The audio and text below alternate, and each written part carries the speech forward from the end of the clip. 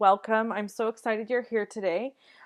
Today's video is going to be about organizing your framelits. And so I just wanted to show you how I organize mine. I've kind of done a video on this before, but this is going to be a little bit more in depth. So this is how I store them. And so every item that I'm going to show you today is on my video description below. You can click the links to get all of these items. And it's also on my blog. So to start out, I want to show you how I actually store the framelit itself, which is in these envelopes. These are from Avery Elle, and they just slip open like this. And then I can pull out the magnet sheet.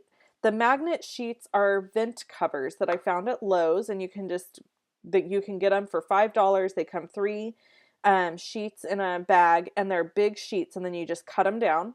And this side is magnetic, this side is not, so it won't stick, but this side will. And it holds them very nicely in place. And then I just use a label maker to label the outside of the envelope for what it is. And this is the label maker that I use. And the way I store my stuff is very similar to Jennifer McGuire. I got most of my ideas from her. In fact, this is the same label maker she uses. However, I happened to get mine before I knew what she used because I saw this on sale at Staples for $10. So I really don't think it matters what label maker you use. It's just preference, and if you find one on a great deal, then I would grab it. So this is the one I use.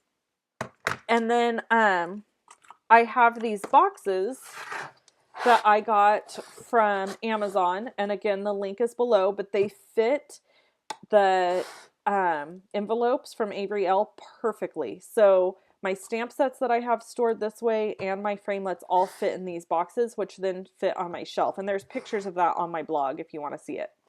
So then I've got these great tabs in between, separating out and organizing my framelits based on what they are. So these are, for example, the holiday framelits.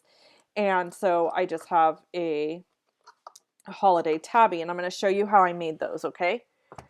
So what you do is you just need a regular folder. I got these folders. I happen to be at Walgreens. And I got these folders at Walgreens, and they're kind of like a heavy plastic material, and they're just regular folders for holding stuff in. And the first step is to get your trimmer. You're going to need a trimmer, and you're going to cut the folder in half right in the middle at the seam. So you just cut that in half, which I've already done. And then you can get 4 dividers out of one folder if you are careful. So what you're going to do is cut them at 5 1/4. So I'm going to come in here to 5 1/4 and cut it. And then it needs to be cut at 8 inches this way. And so I've gotten rid of the end that's kind of curved up and weird because it was the center of the thing. And then this is my divider. And then I'll show you how I got the tab at the top. So for this side, because it's a little bit strange, right? Because it's got the folder part, I just take my scissors and I go along the seam and cut this right off, no problem. And then I trim away the edges that are all messy. So I'm going to 8 inches and then turning it and cutting it at 5 1/4. And then before I'm totally finished, and now I've got to grab my blue ones because I'm using blue in this that I've got here. So I've already got these all cut down to size that I want them at. And what I'm going to do is I'm going to take the the corner chomper, and I'm using the 1/4 inch side. It's a 1/4 of an inch. And I'm just going to round these corners because they are really sharp. So if you don't do that, it's easy to cut your finger on them. So then you have this that's rounded. So now we need the tab at the top. And to get that, I'm going to go into my framelits here.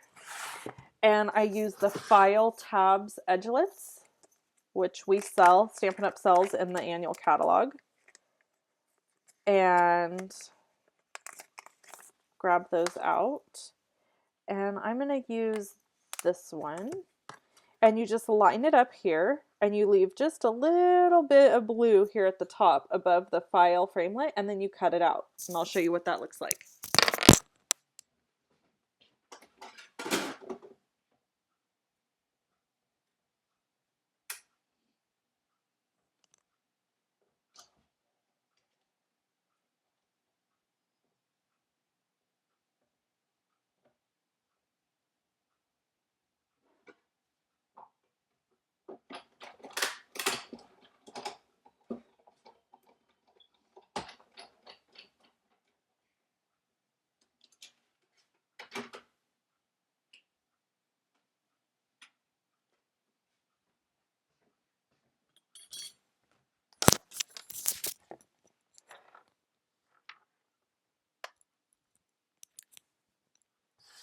Okay, so I've got that all cut out, and it made my edges sharp again. So I'm just going to go right back in with my corner chomper and chomp those corners to round them, and then I can put a label on here for whatever I see fit, and it just can go right in here and it's ready to go.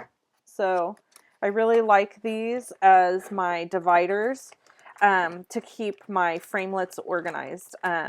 They could even be a little bit more organized. I probably need to add a few more, but I haven't done that yet. So anyway, that's how I organize my framelits, and I've had a few questions about that, so I really wanted to show exactly how I do it and the tools that are required, so you can find all that information on my blog.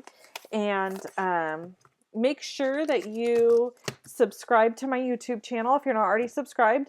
And also next week I'll be having a live event for Stamp Lovers Club, but everybody's welcome to check it out. I'm going to have some cool stuff going on there.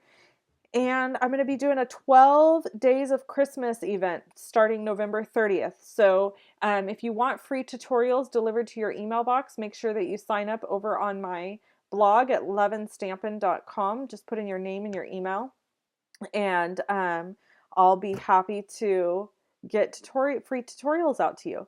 Thanks so much for watching, and I hope you have a great day. Bye-bye.